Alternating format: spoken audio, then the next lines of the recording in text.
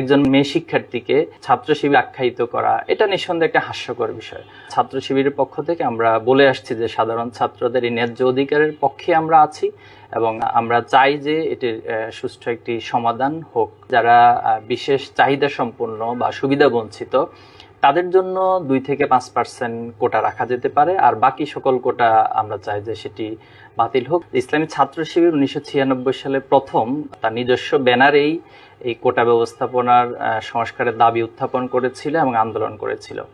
তো তারই ধারাবাহিকতায় সেটা 2018 সালে এসে একটি গণ আন্দোলন বা ছাত্রদের আপামর সাধারণ মানুষের আন্দোলনে পরিণত হয়েছে। তো এখন ছাত্র শিবির তো আমরা এই দাবিটি করছি না যে এটি ছাত্র শিবিরের ব্যানারের আন্দোলন বা ছাত্র শিবিরের নিজস্ব আন্দোলন। যেহেতু এটি সাধারণ ছাত্রদের সবার গণদাবিতে পরিণত হয়েছে, নিঃসন্দেহে এটি সাধারণ ছাত্রদের আপামর মানুষেরই আন্দোলন।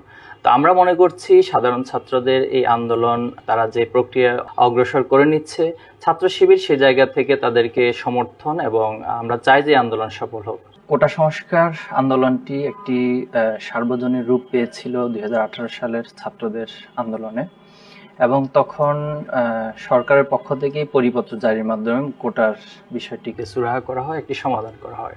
কিন্তু দুঃখজনক হলেও সত্য, আমরা দেখেছি যে সরকার 2024 সালে এসে সেই কোটা ব্যবস্থাকে আবার ফিরিয়ে নিয়ে এসেছে এবং সেটা আদালতের মাধ্যমে করেছে।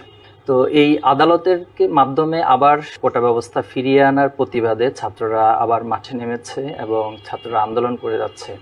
ইসলামী ছাত্র শিবিরের পক্ষ থেকে আমরা বারবারই বলে আসছি যে কোটা সংস্কার বা কোটা যে পুনর্গঠনের যে জায়গাটি, এটি অবশ্যই সংস্কার হওয়া প্রয়োজন। আপনি যদি বাংলাদেশ পরিসংখ্যান ব্যুরোর 2022 সালে শ্রমশক্তির যে রিপোর্টটি প্রকাশিত হয়েছিল, সেখানে বলা হয়েছে যে বাংলাদেশ উচ্চশিক্ষিতের যে হার, সেখানে বেকারত্বের হারটি ক্রমবর্ধমানভাবে বেড়ে চলেছে এবং সরকারের হিসাব অনুযায়ী সেখানে প্রায় 8 লক্ষ উচ্চশিক্ষিত যারা বেকারত্বের গ্লানি টানছে। এটা বাংলাদেশের শিক্ষা ব্যবস্থার জন্য, সার্বিকভাবে আমাদের সরকারি ব্যবস্থাপনার জন্য একটি দুঃখজনক ঘটনা। 2018 সালে পরিপত্র প্রকাশের আগ পর্যন্ত যে বিসিএস এ, শুধুমাত্র বিসিএস এ 6000 কোটা যেটা সরকার পূরণ করতে পারেনি, কোটা খালি থেকে গেছে। এখানে যে বিষয়টি ঘটে যে সরকার এই খালি কোটাগুলোতে তাদের নিজস্ব দলীয় ক্যাডারদেরকে নিয়োগ দেন, এবং আমরা আরো দেখেছি যে মুক্তিযোদ্ধার সন্তান না হয়েও মুক্তিযোদ্ধার ভুয়া সন্তান হিসেবেও অনেকেই এই কোটার মাধ্যমে সেখানে নিয়োগ প্রাপ্ত হয়েছে, যেটা সম্প্রতি আমরা পত্রিকা এবং মিডিয়াতে দেখেছি।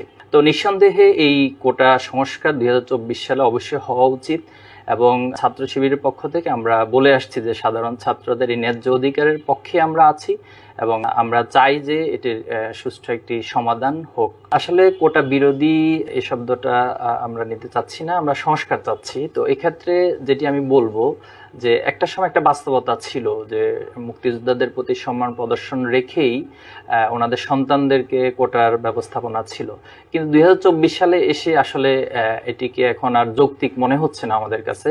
তো কাজেই হচ্ছে আমরা চাই যে যারা বিশেষ চাহিদা সম্পন্ন বা সুবিধা বঞ্চিত তাদের জন্য 2 থেকে 5% কোটা রাখা যেতে পারে, আর বাকি সকল কোটা আমরা চাই যে সেটি বাতিল হোক এবং এই সংস্কারটা অবশ্যই হচ্ছে একটি কমিশন গঠন করে এবং সকলের মতামত নিয়েই তাদের জন্য 2 থেকে 5% কোটা থাকতে পারে। ছাত্র শিবির উপাধি দিয়ে, আমি এটিকে ট্যাগ বলবো না, ছাত্র শিবির উপাধি দিয়ে কাউকে মারা, এটি বর্তমান যে সরকার দল রয়েছে তারা এটাকে ব্যাপকভাবে প্রচলন করেছে, বিশেষ করে তাদের ছাত্র সংগঠন ছাত্রলীগ এই কাজটি সবচেয়ে বেশি তারা করেছে।